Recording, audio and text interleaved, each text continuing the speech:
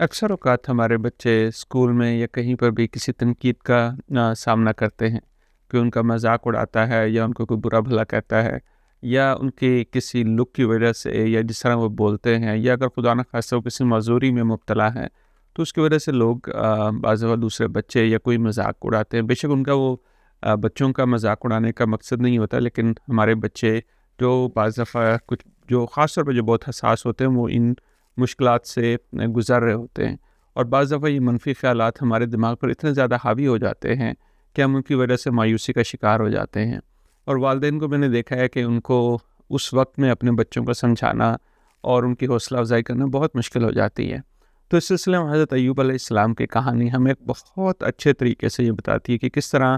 انہوں نے کہ جب ان کو یہ بیماری لاحق ہو گئی تھی کہ جب ان کے بدن پر کیڑے پڑ گئے تھے تو لوگ ان کا مذاق اڑاتے تھے، ان کو برا بھلا کہتے تھے اور سب ان کے اپنے ان کو چھوڑ کے چلے گئے تھے، لیکن اس وقت بھی انہوں نے مطلب اپنے اللہ کو یاد رکھا. اس وقت بھی جو بھی منفی خیالات تھے ان کو اپنے ذہن پر حاوی نہیں ہونے دیے، بلکہ بہت مستقل مزاجی سے ثابت قدمی سے اس مشکل کا مقابلہ کیا. تو ہمیں بھی اپنے بچوں کو یہ سمجھانا چاہیے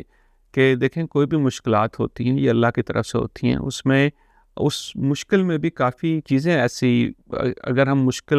ان مشکلات کی وجہ سے منفی خیالات کو اپنے اوپر حاوی ہونے دیں گے تو پھر یہ ہوگا کہ اگر اور بھی اتنی چیزیں جو ہمارے ارد گرد ہوتی ہیں، مثال کے طور پر ہمارے والدین ماشاء اللہ حیات ہیں، ہمیں اور فزیکلی طور پہ اگر ہم ہیلتھی ہیں یا اللہ پاک نے کوئی اور ہمیں ہنر اور صلاحیت دی ہوئی تھی، ہم ان کو بھی منفی انداز میں دیکھنا شروع کر دیتے ہیں. لیکن اگر ہم یہ کہیں کہ ہاں بھئی یہ مشکل وقت ہے، لیکن اللہ پاک نے اس کے علاوہ